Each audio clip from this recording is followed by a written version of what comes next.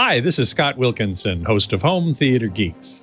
In episode 357, I chat with electronic musician David Miles Huber about his latest recording and how he produced several different mixes, including Auro 3D. So stay tuned. Netcasts you love. From people you trust. This is Twit. Bandwidth for Home Theater Geeks is provided by CacheFly at CACHEFLY.com. This is Home Theater Geeks with Scott Wilkinson, recorded June 8th, 2017. Episode 357, Mixing Music to Chill By. Hey there, Scott Wilkinson here, the Home Theater Geek and editor of avsforum.com. This week's guest geek is David Miles Huber, Grammy nominee for surround sound production, and he recently completed an album called Gamma, which is mixed in Auro 3D immersive sound, among others, which we'll talk about. Hey, David, welcome to the show. Thanks, Scott. It's awesome to be here. Really happy to have you here. Those who are tuned in live at live.twit.tv can join the chat room there. Or at irc.twit.tv. And you can post questions as we go, and I'll pass along as many as I can. Always helps if you put my screen name in the message, anywhere in the message. My screen name is my name, Scott Wilkinson. No dots or dashes or spaces or anything like that. That way it shows up in a different color and I can see it more easily. Also, I want to make sure everybody knows that in about a week and a half or so, closer to a week from now, on June 16th, Friday, June 16th, I will be up in the Twit studios in Petaluma co-hosting the new Screensavers, which will be recording at 6 p.m. And I'm hoping to answer a couple of audio-video questions while I'm there. So if you have any such questions, sure would love it if you submit them to new Screensavers at twit.tv. We'll pick a couple and answer them on the show. So I do hope you will consider sending in a question. So, David, we want to talk today mostly about your new album called Gamma, capital G-A-M, lower M, capital A. And I'd love for you to tell us about the recording and producing of this album. First of all, where does that title come from? Is it just, capitalization for fun and profit, or what? Ooh, really good question. First of all, let me start off with my first of all is okay. I have never ever talked with the sort of the home audio community, and this is my first time talking with. I'm a pro audio guy, and so this is awesome for me to be able to talk with people in home and theater audio. This is very, very cool. Well, I'm so glad to hear you say that, and I have to say to everybody that actually I have known David for many years when I was the technical editor of Electronic Musician magazine, which is it's kind of a prosumer kind of magazine. David, you had written a number of articles that passed by my desk. So we've actually known each other for a long time. Has been quite a while since then, but very, very anyway, cool. I'm very glad to have you on now to talk about your work for consumers. So to answer your question, then, is where does Gamma come from? And Gamma is a light wave. I've heard it's actually a pretty destructive light wave. I'm not a physicist, but it's all this powerful stuff. But this is not where it came from. It simply came from the idea of light. I based this project on the idea of light, and it's different colors. So if you can see the disc and stuff, it's like there are a bunch of different colors. So it was based around just the idea of light, and that's where the name Gamma came from. The lowercase was just for the fun of it. Just for the fun of it. All right. You can see I'm way into color too. I mean, you can see my my clock over here and stuff like that. So I'm totally into that as well. Very cool. You're missing what is it? The unicorn, the color unicorn. But other than that, you got yeah. I'll leave the unicorn to others. That's okay. All right. So you wanted to make an album of music that reflects, pardon the pun, how perhaps some elements or aspects of light.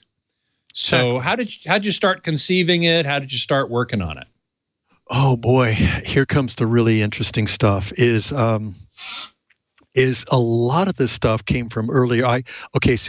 My original website was 51bpm.com. And if you pull up 51bpm.com, then you don't have to type davidmileshuber.com. But 51bpm, as you know, is sort of slow. And I like it that way. It was relaxational. I started out in relaxational music. And what we might call ambient or at that time new wave, right? Okay. And so doing new wave or relaxational chill music. And from we'll talk later about the chill mixes. This is where the concept of the chill mixes came from. So they actually started out with being chill mixes at a slower tempo, and it's sort of like, just you float through, and that float through element in music is important to me. It's that idea of yes, you can relax. You don't have to go at 160 BPM and just Sometimes if you're at home and you come home from work, or if you're driving, and you're getting up in the morning, you don't want to be going full out. You want to just have it like nice and slow. And my original stuff that I did, the first albums that I did for Laserlight down in LA, and those little suckers sold over 1 million copies. So the first things that I ever did sold over 1 million copies. And they were, it was relaxational projects. And I loved doing it.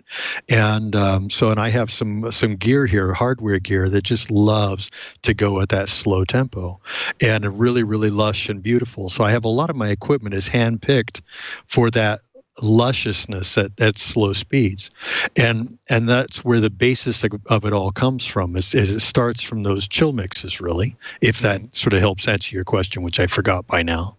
Well, just how did you start? How did you start working on it? And so you started from the point of view of I want to make some chill mixes. I want to make some chill music that will slow people down. And believe me, I appreciate that a lot. I love ambient music, more like soundscapes than anything else, particularly for doing yoga, meditation, stuff like that. Exactly. Right now I'm going to pull up the 2.0 mixes of Radiance, for example. And hopefully everybody's going to, It's no, it can't. I'll play it loud, and you'll be able to hear. Oh, okay. If the computer's going to act right, which when you're on air, when you're on air, it always screws up. Show and tell always screws. Of course. But so I'll turn it way up for you.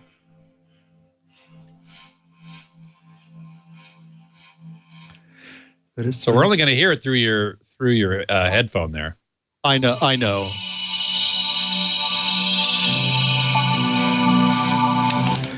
But so you just get that sort of like, just sort of float through aspect, which I do agree is really, it has its place and stuff. So yeah. And that's where I start, and I will let you, instead of like continuing on, I'll let you ask questions. Well, you can go on almost as long as you like. It's fine with me. I can go on and on. Go ahead. Nope, you. Okay. So I read on your website that you sort of started with stereo tracks. And you're working in a digital audio workstation, basically a piece of software running on a computer called Nuendo from a company called Steinberg. Yes, sir. At least that's where you started, apparently. Yeah. So tell us a little bit about that. Why did you start with stereo tracks? You said in your website it said like up to 80 of them. Yeah, it can be a lot. So you hit a big point. So let's first of all, you hit a point, and if you realize what we just said in the last 5 minutes, you'll understand.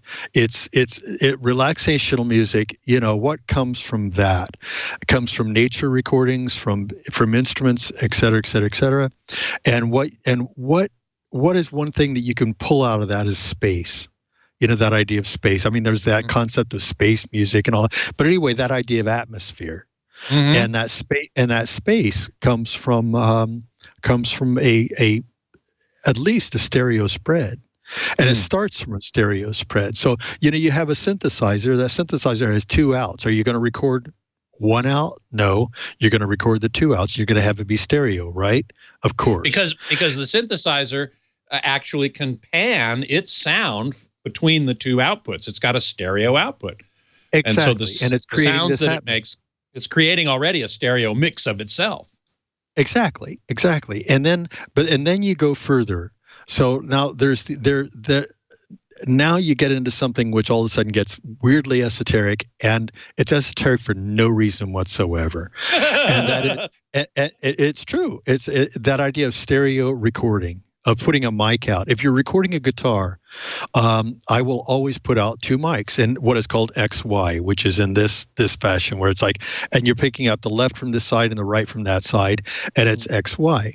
And then, but if I record a vocal, everybody else will put a single mic out. Like you have that mic in front of you, right? I have a single mic in front of me. But if I'm recording a vocal, I will actually have a stereo mic out in front. And you go, and you go, why? Why would you have a stereo mic? Because that's exactly the way I would do it. Yeah, I'd say why. Why? Exactly. Why would you put a stereo? Because there is an actual natural spread. When you slight movements, echoes from the room, little things, it creates a spaciousness. When you're recording a guitar, if you're recording it with a single mic, you had that single mic pickup. If you're recording with stereo, all of a sudden that sound picks up and widens out. And then that makes sense to me in the sense that for the guitar, that makes sense to me because the guitar is a fairly relatively big thing, and sound is not only coming out of the sound hole, but from the entire body of the guitar. So I see exactly why recording a guitar with an XY microphone, two microphones, would create a sense of space with that one instrument. And I guess the same, I can see how the same thing would be true with the voice. I mean, you've got the sound coming out of the mouth, and that's a fairly small area, but it spreads out quickly. It does. And it's affected by the head. We've talked about this on the show a number of times in terms of binaural recordings and head-related transfer functions and how the sound goes around the head. So the same thing could be true on the output as well as the input.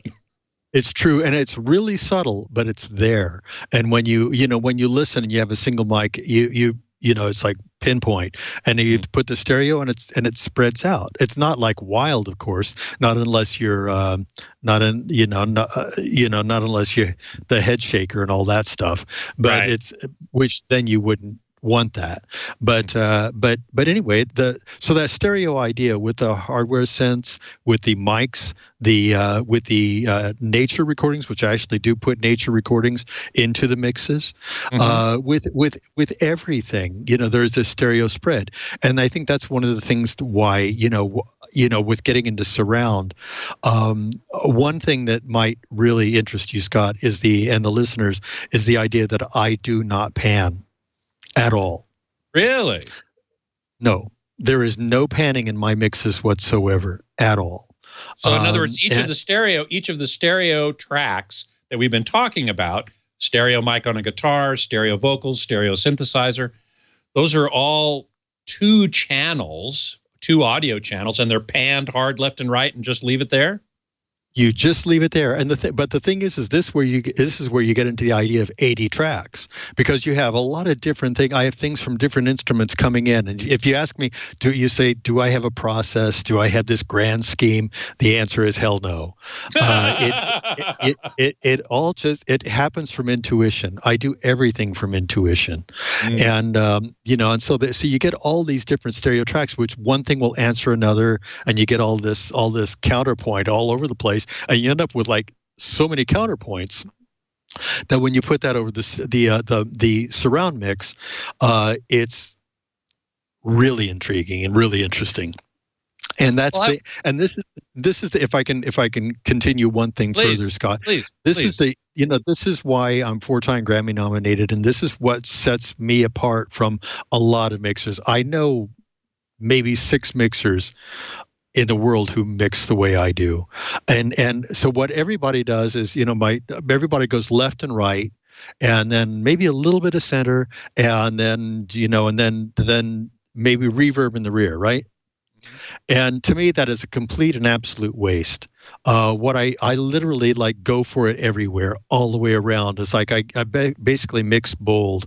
The rear speakers are going just as much as the front because the information is moving around so much. It basically, that idea of immersive, you are immersed. It puts you in the middle of a creation, that is created for the medium, really. Right, exactly. Well, a couple things come to mind. One is when you're mixing, you've got 80-some tracks or whatever, all stereo, but you have to then mix them into 2-channel, into 5.1 channel, or into immersive, and which we're going to talk about a little later. But don't you have to do some panning once you've gotten down to the mix stage? Nope. Wow, so you just hard to sign them. This one goes in this speaker, that one goes in that speaker. And these ones go in these speakers, right? Because they're all stereo tracks. They're all stereo, right? So they're all going to be in 2 speakers. Exactly, and that stereo spread has its own mini atmosphere in and of itself. Like when as you just said, you recorded the output of a synthesizer, it creates this atmosphere. And if you capture that atmosphere, it has that atmosphere. Instead of just this tiny little sound, it has this larger atmosphere. And so you have all these things that have these little micro atmospheres all over the place. Then you can add reverb to that. Then you can add delays, delays in surround and in Auro or whatever multi immersive mix you want to use is totally rocks, because it's so much fun. Because for example, in one of the mixes, I literally had the kick in the rear, and it would answer, a delay would answer in the front center. How many times would you ever hear something like that? Very rare. You can totally do that. With the delays, you have the delays front going rear, rear going front. So you could have the sounds in the back where the delay would answer in the front, in the rear going to the center going to the, anything. And then there's also the idea because even though they're stereo, sometimes you can pan the mono and make, for example, a bass sound is really cool, where you had the bass and there's what is called phantom center and actual center in surround. There's phantom center, whereas you had them coming out. Everybody listens in stereo by default. You're listening to phantom center, because it's coming out of left and right, and then you hear it coming out of the center, right? Right. If the particular sound is coming out of the left and right speakers equal in equal level, then it appears to be coming out of the center. Exactly. But then you can have actual center. You can have a real speaker there. A real speaker there. So you have there actually is a difference between phantom center and actual center, and you can actually have those two play with each other. So you can. What an interesting idea! I hadn't thought of that. Well, you have to be a surround mixer, and you have to be a crazy kind of surround mixer to think about this. So, hey, well, listen, I got a couple questions in the chat room already. One of them is from Hamid, who is very excited about today's show.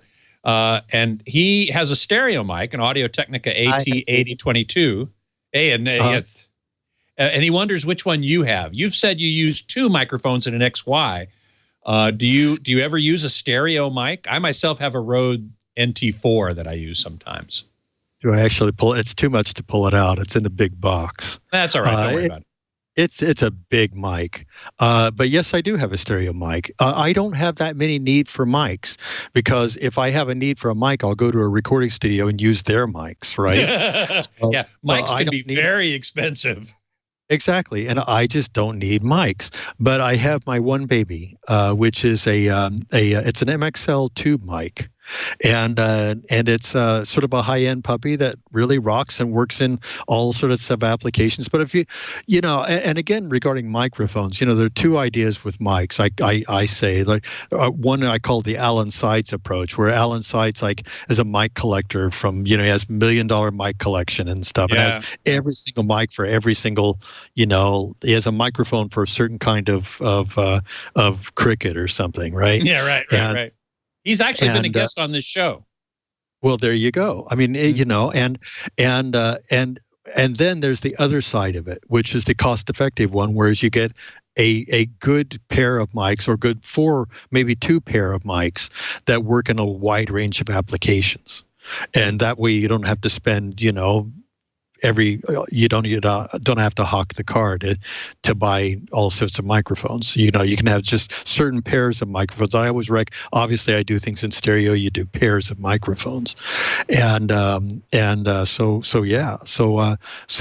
so anyway, Hamid, yes, I do have the mics that I use, and if I do need other mics, then I go out to a recording studio. Mm-hmm. I'm trying to find the here it is. Drew Nielsen asks, so why stop at 2 mics? If you're recording something acoustic and you have 2 mics in an XY configuration or a stereo mic, such as the MPX, is that what it is that you have? What? No, it's whatever. I don't know. Whatever it is. MXR, that's what it is.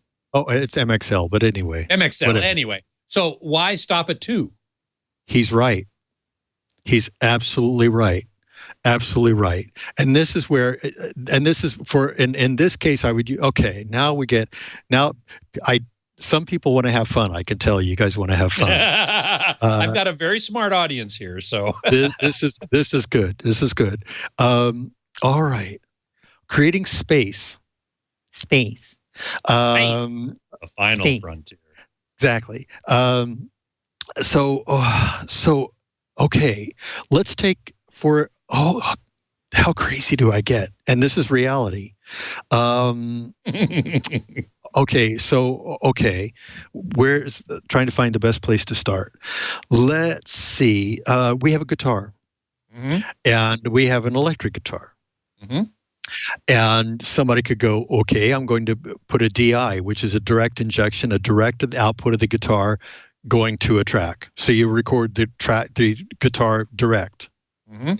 And let's say, okay, so you record that guitar direct. Then by the way, you're recording the output of the pickup on the electric guitar, right, directly into your recorder.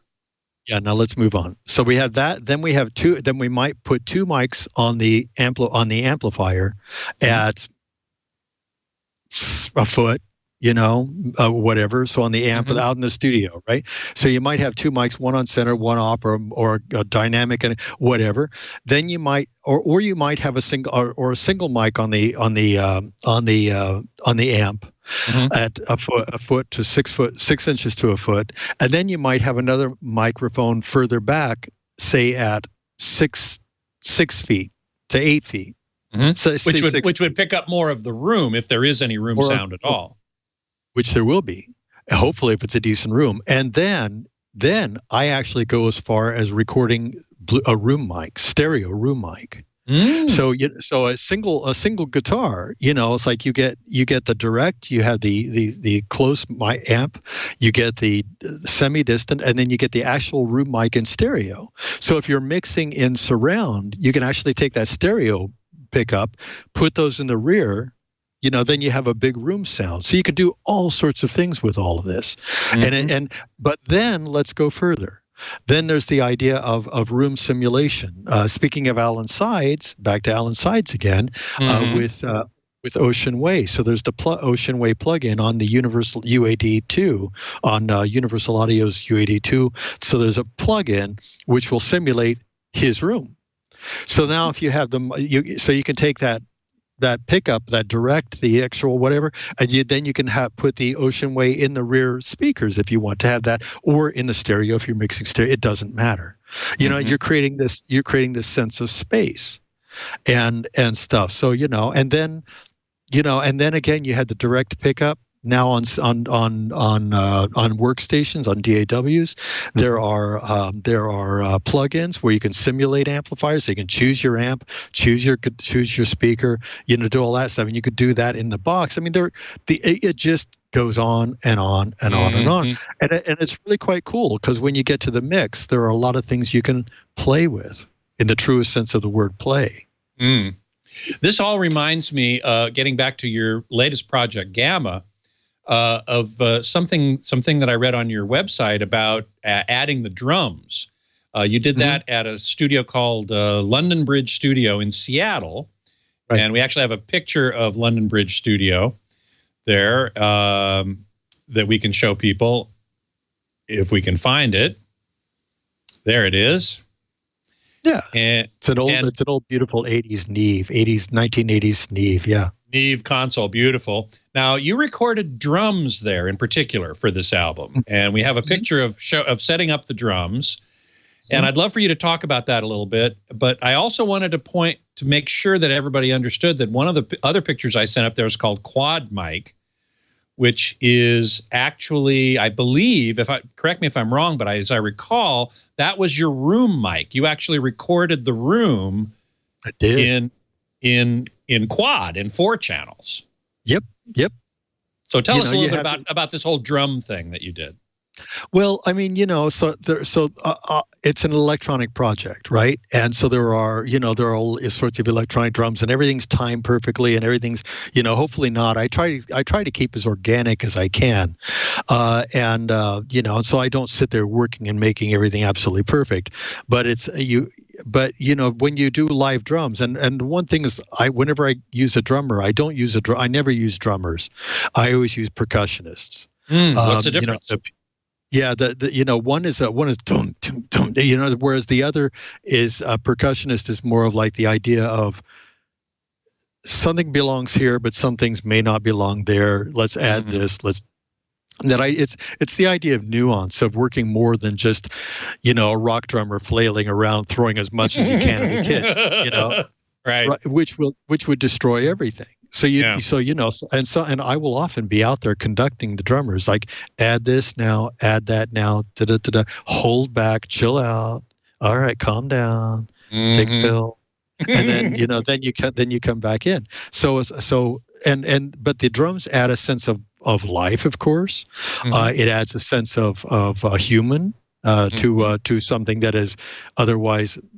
I do a lot of live performance stuff in the mixes and stuff, but there is a lot of electronics, so you want to introduce as much human as you can, and drums are a cool way to do it. And plus, you get to hang out in the studio. Indeed, and as I said, you had that quad microphone in probably far from the drum kit in that studio in order to.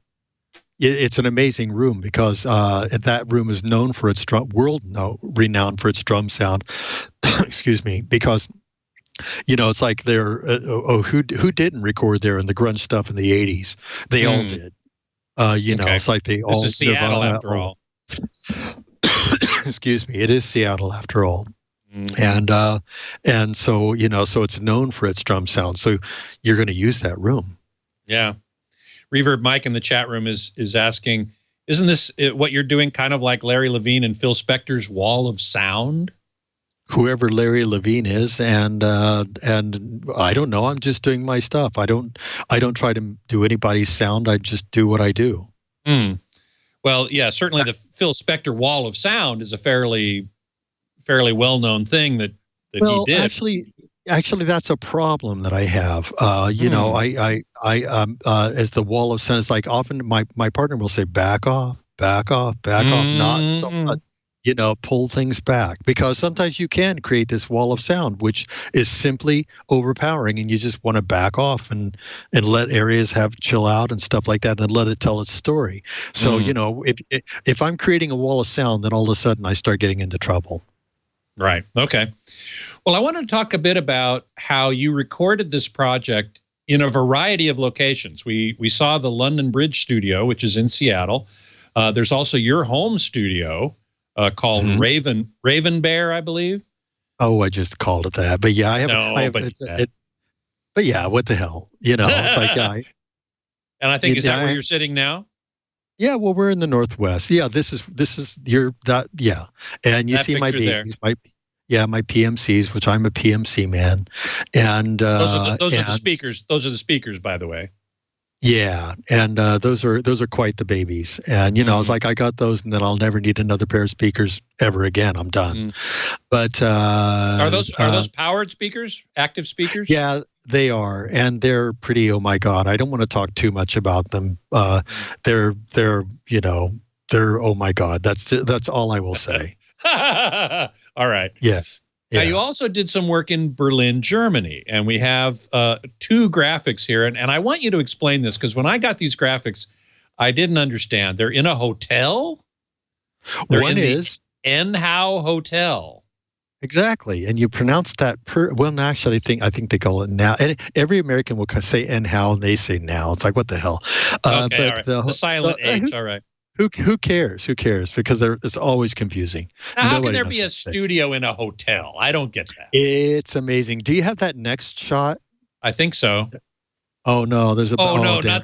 I don't have the one of looking out the window. I'm sorry, I don't have that. So go back to the previous shot then. So that it's really amazing. In Berlin, for Ashley, I don't do a thing at I live in Berlin as well. So I live in Seattle, and I also live in Berlin. And Berlin is another home. And this hotel is on the Spree, which is a river which just runs everywhere in Berlin. There's you can't get away from the Spree. The river's everywhere. And this hotel is a major, oh my God, you can see it's a hotel from hell. It's a major hotel that literally the studio actually juts out on the 6th floor it's the 8th floor over the water. So that there are all the windows which actually overlook the river and overlook the city. And so you're actually floating out over the river, and it's truly amazing. And I will use that studio for doing performances for the Berlin Mix performances and stuff, and just doing that stuff there. It's run by a very, very close friend of mine, and it's another home of mine. But but I actually have an apartment in Berlin, so I love Berlin, so that's home for me. Well, yeah. You refer to some of we're going to talk in a minute about all the different mixes that you created for this project, one of which is called the Berlin Mix. And we're going to talk about that in a minute. First of all, I want to finish our world tour here. The studio that you did sort of, I guess, the final mixing in is in Belgium. It's called Galaxy Studios, and it's owned, I guess, and operated by Auro, the company that gives us Auro 3D immersive audio, which is what you used in one of your mixes here. So tell us a little bit about Galaxy. Right. Galaxy is another home, quite literally. There are a certain number of us in Europe that call Galaxy home and are family to Galaxy. And Wilfred, who actually owns the facility, an amazing man. And my releases, both Parallax Eden and Gamma, are out on the Auro creative label. So obviously I'm connected with, I'm not an employee or anything like that. I'm connected. The studio, they basically, Wilfred is like a patron. He gets what I do. He loves what I do. He loves that I work in immersive, and I sort of push the envelope, and they put it out on their label, and it's a tremendous amount of fun. And they let me mix in one of the best rooms in Europe. It's truly an astounding. That is also PMC. Back at Galaxy, it's all PMC speakers PMC speakers. Yeah.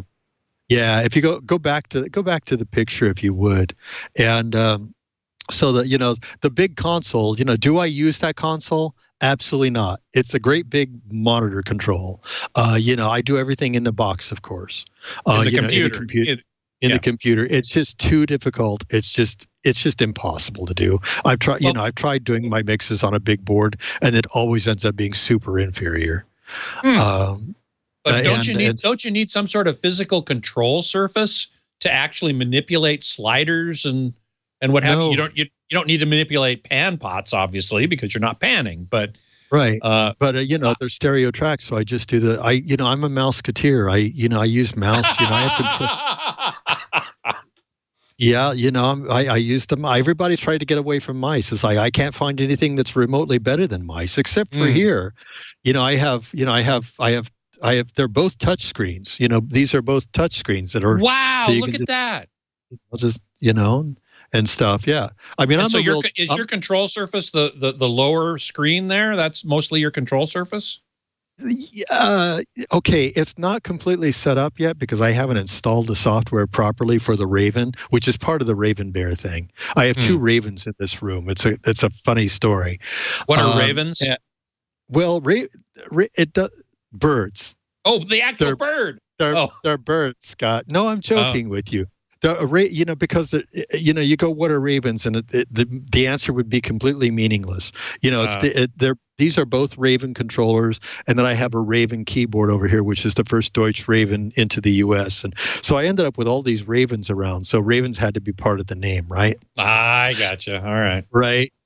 So it's the name of a product of a piece of equipment.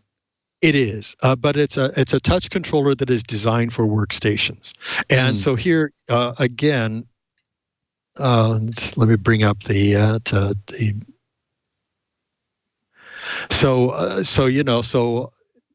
come on, baby, you can do it.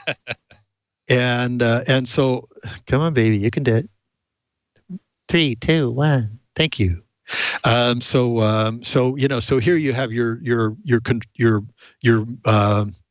window, what is it called? The waveform. There's an actual word, but my brain is giving out. Yeah, okay, that's fine. So the waveform thing, but here's the mixer, and this follows a complete.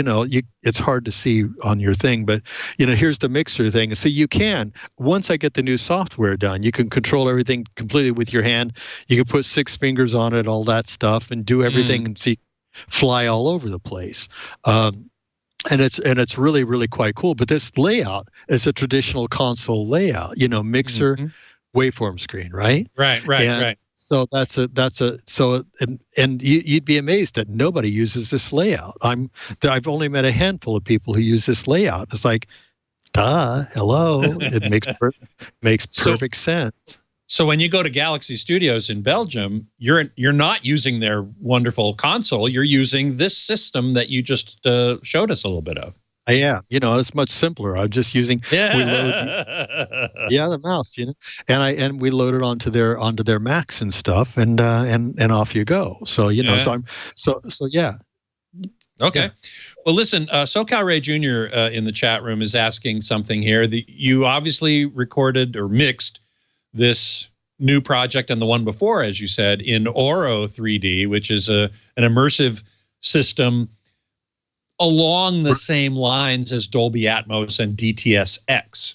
And SoCal Ray Jr. is asking, because there are so many more products that decode Atmos and DTS:X compared to Auro, why did you choose Auro?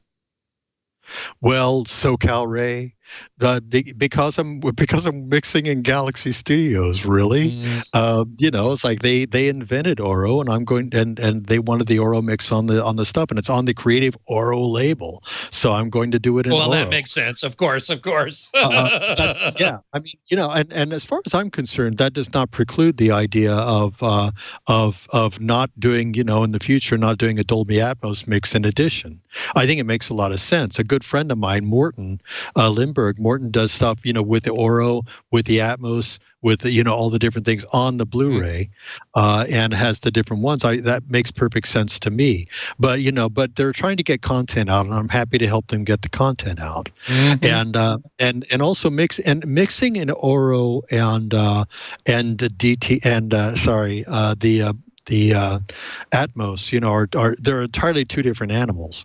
And for music, actually, Auro makes a lot of sense because the channels are literally channels. There's no computer steering in the background. It is channel based in Auro, so it actually works really, really well for music.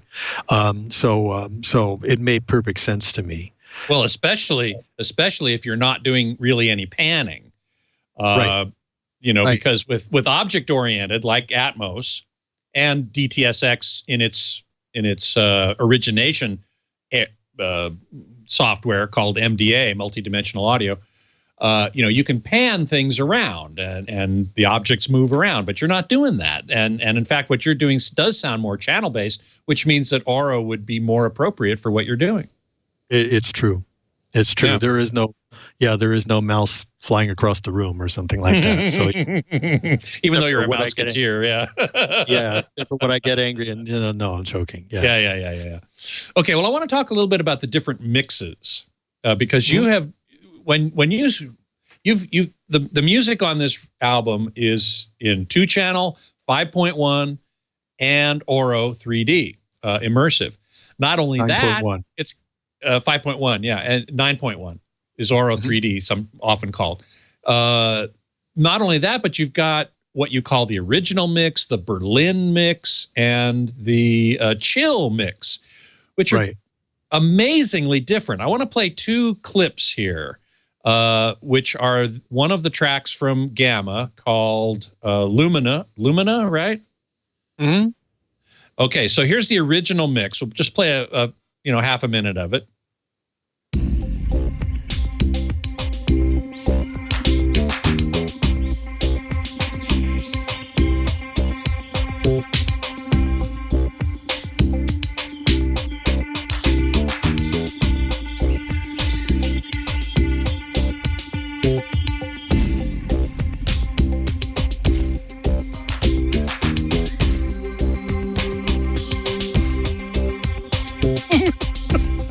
All right, very good. And next, the chill mix of the same tune.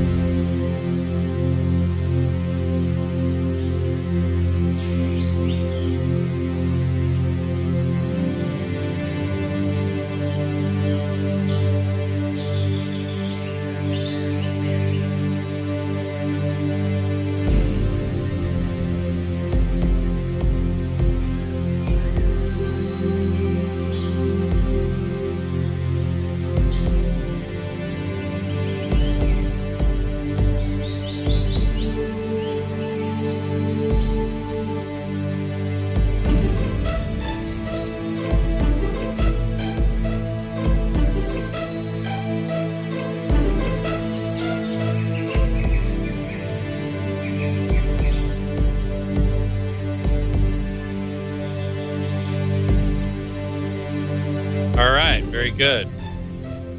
Now, it's hard to imagine those are the same tune. They're totally different. They sound completely different. Explain yourself. Explain. What the hell are you doing, Huber? What the hell are you doing? It's like everybody. Okay, so everybody says, all right, fine. For example, on a Blu-ray, because I did the Blu-ray, right? And everybody goes, again, Huber has to be different. That's just the way it goes. But everybody else just goes, the stereo mix, let's do the 5.1 mix of the same thing. Let's do the 9.1 mix of the same thing. Let's call it good. It's all done.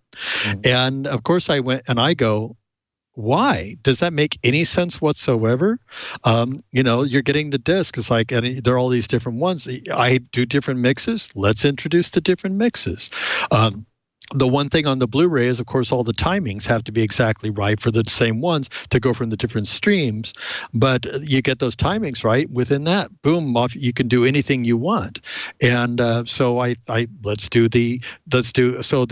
this case, because I have the disc here, so on the remote control, there are the different buttons, right? And so the yellow button is the stereo version of the Berlin remix. The green button is the stereo version of the chill mix.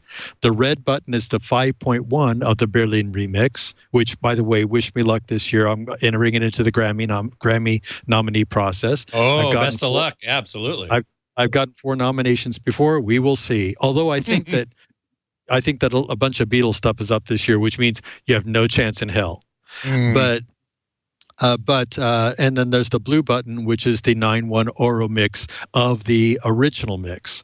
And I was fine with doing that, the 9.1 of the original mix being a different mix, because the one thing about, if you play how many people have a 9.1 system in their home, right? Not that many. Practically nobody. And so when you play it back, it will perfectly downmix to 5.1.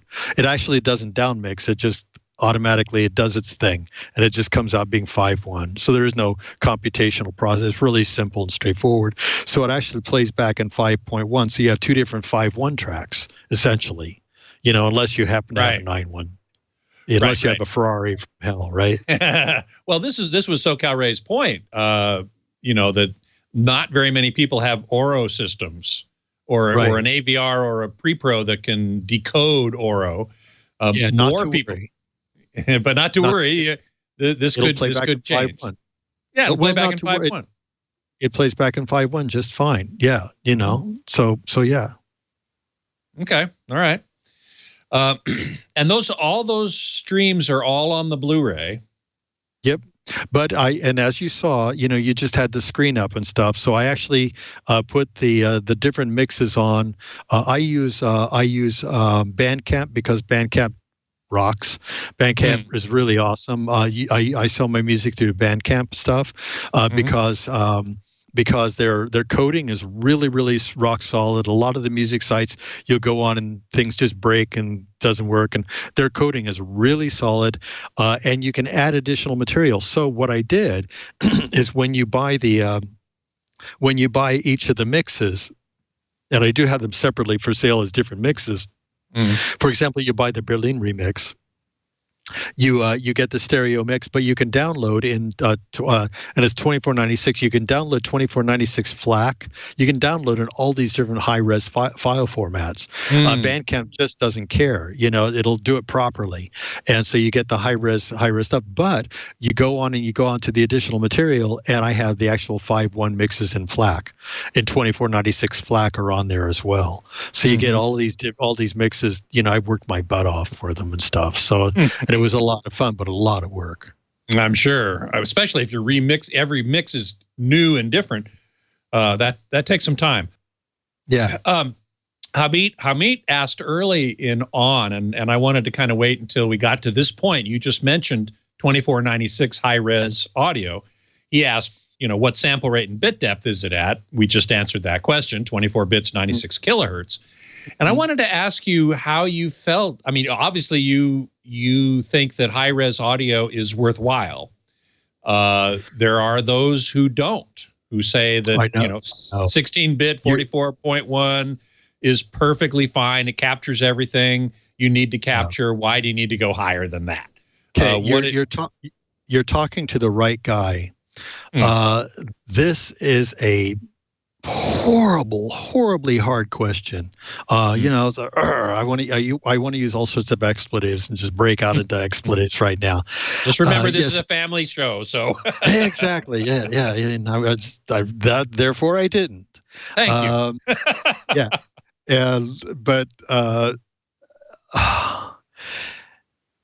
particularly from my standpoint, because I'm an electronic musician.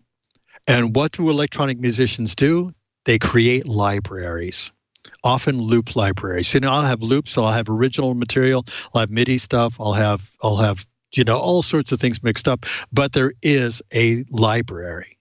And, I have libraries, my library goes back 15 years, 10, 15 years. So 10 years ago, were people talking 24.96? Absolutely not. Yeah. What was it? It was 44.16, Right. And so do I go back and recreate my entire, do they simply say you have to go back and redo everything and throw everything else in the trash? No, you're not going to do that. It would take years to do that, and you wouldn't be able to do it properly, And so let me set that one thing aside. The idea of for those of us who have a library, let's set that idea completely aside, and because it's a big one. But if It's a huge one. But if you're recording a jazz band, or if you're recording an orchestra or something like that, 2496 or higher, who cares? You're recording it, then you mix it, and it's done, But you're not creating this library for your own personal future use. It's a whole different thing. So that's a huge part of the dilemma. And then now let's go to the quality side. I completely know both sides of the coin more than anybody might know, and can you get killer audio at 4416 or at 4424? The answer is absolutely yes. But you have to choose your equipment properly, and if there's one thing that I know about audio interfaces, is that every single one sounds different. Every single one sounds different. And you look at the specification. The worst thing you can ever do is look at digital specifications on paper.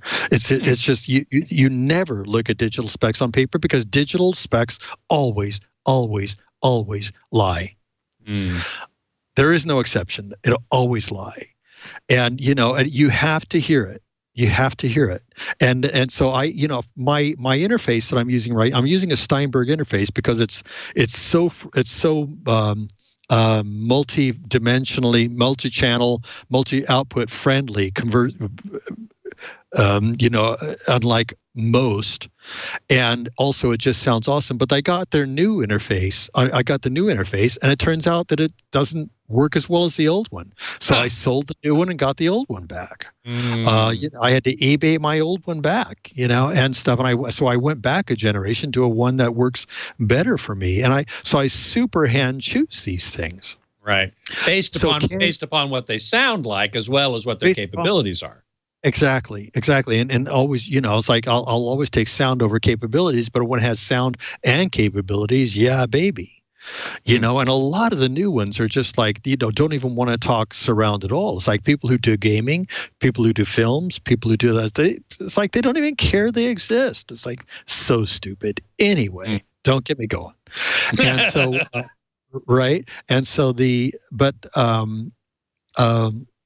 but at 4416, or 4424, you always better to go 24 than 16. Let's just say that one and also 4416 and 4424. If you're working at 24 and a 16 file is in there, it doesn't care. The workstation will just go fine. 16 and 24 files mixed in with each other, doesn't care. Just no problem. Totally fine. So just go 24. Right. And by the way, before you continue, there's been a question in the chat room about what those numbers mean. So let me just quickly say, 24 is the number of bits per sample of audio, and the more bits you have, the greater the dynamic range you can represent.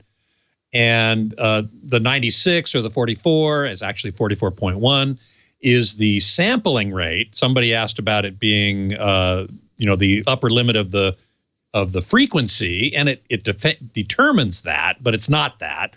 That's the rate at which these samples are being taken. And so 96 is 96,000 samples per second, 96 kilohertz. 44.1 is 44.1 kilohertz, or 44.1 thousand samples per second. And that lets you reproduce frequencies up to half that. It's called half that frequency is called the Nyquist frequency. And so 96 lets you record higher frequencies than 44.1. In fact, 96 lets you record frequencies that are above the human hearing range. And this is one question for you, David. If you can record frequencies higher than humans can hear, what's the point? Well, who cares about that? And again, it's like the Grammy organization and this and that organization wants to do is really pushing 2496. And what's the real reason why they're pushing 2496? They want to be able to reissue. They want to be able to sell more records. It's another thing like, high res, buy more, buy the new thing. Gotta buy the White Album again. got to do it all over again. And that's really, but and again, back to I'm going to try to do this fast, but it's like back to the original 4424. Can you record at 4424? Well, yes, if you have a really good interface, a killer interface at 4424 will sound better than a bad interface at 2496. Good point. However, if you have a killer interface running at 2496, and I say this now from complete experience because because of my libraries, I've had my original files and I've been going back because they're MIDI. I go back to the actual instruments and you compare. So it's MIDI. So you actually have the original file, the original one that you recorded 12 years ago. And then, not many people had this opportunity, the one that you recorded 12 years ago, right alongside the one you did at 2496. And is there a difference? Yes, there's a real difference. Interestingly enough, I did a transfer yesterday, and I actually liked the original sound file better. It's the first time that ever happened. On a lot of other ones, it's like the difference is night and day. You'll record off of a synth, on the 2496, it just shines out. It becomes more real. I could sit here and sound like an advertisement, but it's true. But it was interesting that I listened yesterday and it's like, well, I actually like the original, but the original had a weird kind of grunge that I actually liked better than the cleaner version. Isn't that interesting? It is. But never forget the fact that it's a sales ploy. However, and nothing is more important than the music. However, does it make a difference? It does. But am I going to go back and redo my entire library? Absolutely not. The up samples will have to exist alongside of the originally re-recorded, actual 2496 and stuff. You just do the best you can. Hamid is asking, we can only hear up to 20 kilohertz, and most microphones can't detect or accept. It's not all about higher than that. Yeah, but it's not all about that. It's not, you can't just go, oh, it's just about the upper frequency limit. It's not. It's about we actually skipped over the conversion process pretty fast. We could spend this entire hour talking about sample rates. Yes. And God knows I don't want to, but we could. Maybe we'll have you back to do that, but let's just touch upon it now. Yeah, but it's like taking pictures. You go the faster the pictures you have, the more resolution you have, and that resolution. And that not in a sense, in an actuality, and so that's not your so that upper range upper range thing that has next to nothing to do with it. It has nothing to do with it. It's the resolution of what's within the range, and in the end, what it's about is the quality of the capturing of that sound is what it's about. So it's nothing to do with like how high you're hearing. That's running down the wrong trail, really. I've always thought of it as, you can't hear anything above 20 kilohertz. In fact, you and I, being the age that we are, can't even hear up to 20 kilohertz. No one can but babies, really. Actually, I'm pretty good. Well, you might be good. You might be better than most. But, 20K is like the total maximum humans can really hear. So you can capture more than 20K, higher than 20K with 96 kilohertz sampling rate, but you won't hear it. What you can do as a technician, though, is to apply a more gentle filter on it, because you don't want any sounds above half the sampling frequency to get in, because then you'll get really bad artifacts that are obviously audible and really horrible. So you want to filter them out. So if you record at 44.1 or 48, you have to have a very steep filter. But with 96, you can have a more gentle filter, and that itself might affect how the overall sound of the file is. Do you agree? The actual answer is I don't care.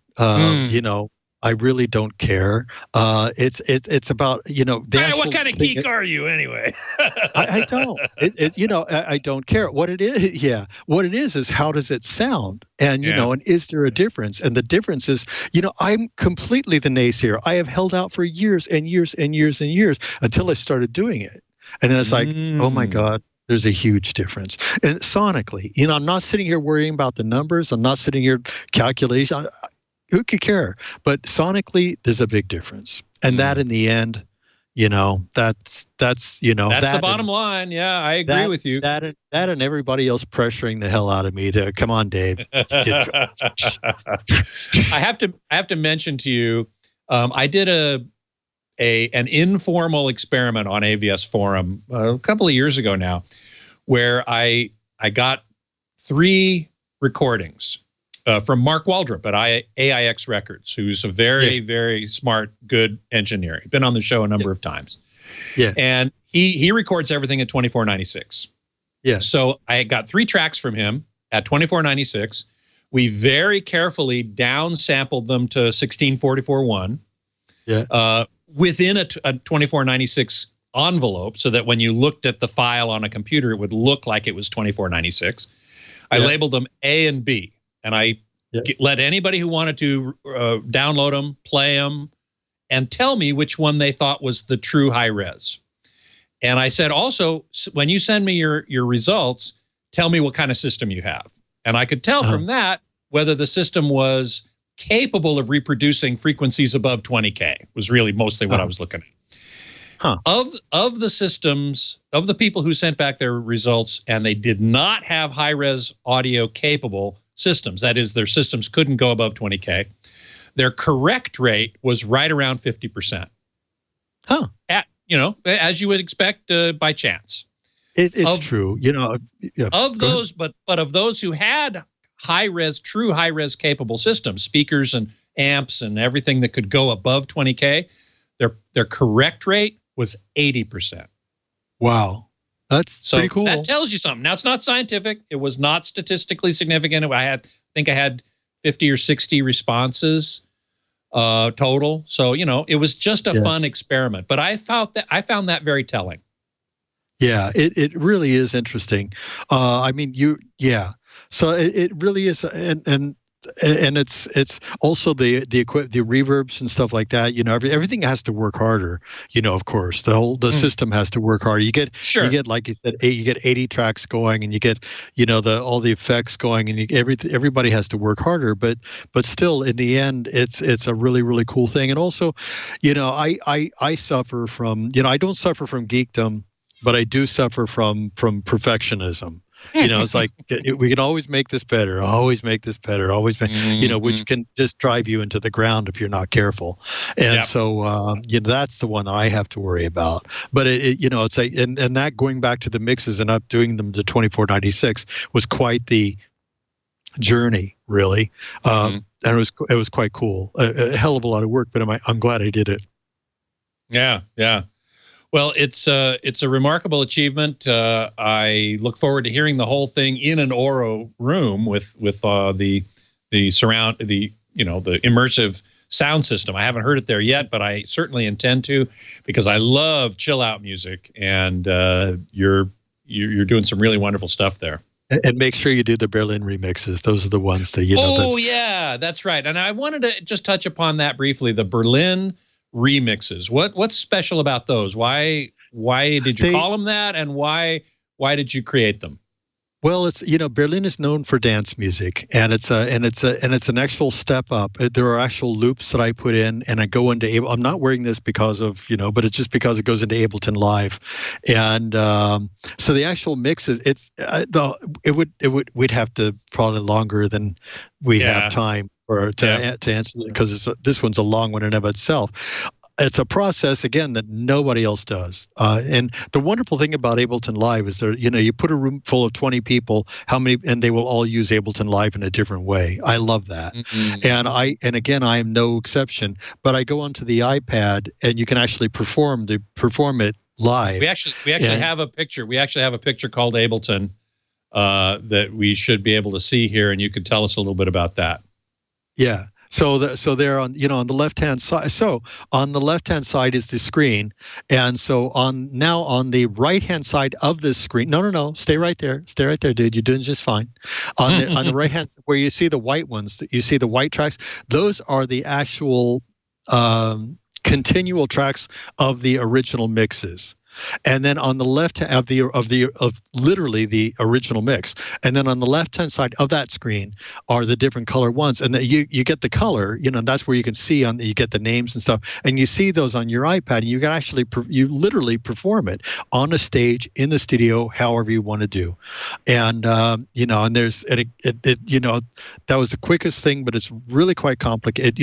It takes a long time to make this. You don't just throw it in. It's pretty complicated. But then the Berlin mixes are really for more like for live performance. Then it's for live performance, but it can be a studio thing. It could be it can be both.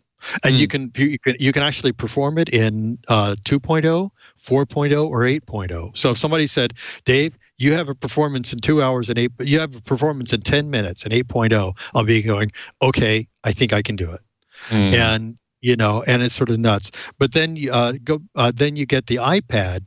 On the right-hand side of the screen is the iPad, which is touchable, which is another Berlin company, and my layout looks quite different than that. But you actually touch the buttons, and you actually can perform. So you literally perform it. So it's really cool. And then that performance, you capture that performance into Ableton. And then you pull the performance back into the studio, and then you can actually go through and recreate the original stage performance in the recording. That becomes the Berlin remix. Okay.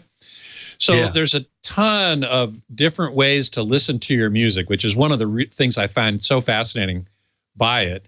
You can take different versions based upon your mood. If you want to chill, you can chill. If you want to be a little more active, you can do that too. It's remarkable and really great. Thank you, kind sir. In fact, we're reaching the end of the show here, and Chumley is asking, I may have missed it, but where can I get some of his work? Yeah, well, thank you, Chumley. You rock. Yeah, thanks. So at the bottom of the screen there, you see davidmileshuber.com. That's where you can do everything, right? You do everything on the website. So davidmileshuber.com. If you're lazy, 51bpm.com. davidmileshuber.com. And you can go on and you can click those. That's where you actually record, where you download the Bandcamp mixes.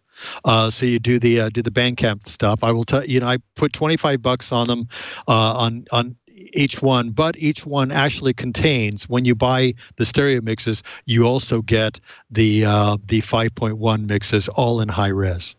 And I just worked my butts off on it. But then you can go to and get Gamma. Gamma's available. Gamma and Parallax Eden are both available through Amazon, which I guess is where everybody buys Blu-rays now. They just put it on Amazon. That's where people get Blu-rays. I guess that's what they do. That's what they do. Yeah, and it's on Blu-ray pure audio, which means there isn't very much, if any, video other than menus and stuff like that. Right. Exactly. There's a picture of the Blu-ray. Right. In fact, I had on the show some time ago Rob Abbey, who used to work for Sony and was working on the Pure Audio project. So, Stefan in Deutschland.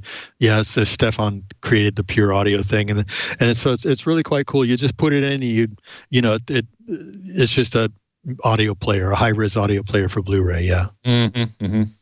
Well, hey, we've come to the end of a fascinating hour. I want to thank you so much for being here and sharing your wisdom with us.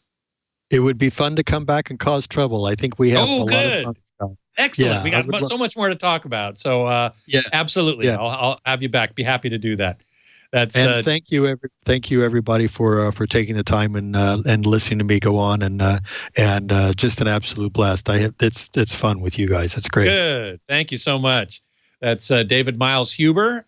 You can find out much more and order his music at davidmileshuber.com or 51bpm.com, which refers to the tempo, the down tempo, chill nature of a lot of his music. You can always find me at avsforum.com. You can email me at scott@twit.tv, and you can follow me on Twitter at AVSForum. You can always find previous episodes of Home Theater Geeks right here at twit.tv/HTG, or on our YouTube channel, youtube.com/twit Home Theater Geeks. Next week, my guest geek is scheduled to be David Abrams. He's a calibrator, and I've been working with him on the LG C7 OLED TV. So that's what we're going to be talking about, and I do hope you will join us. Until then, chill out.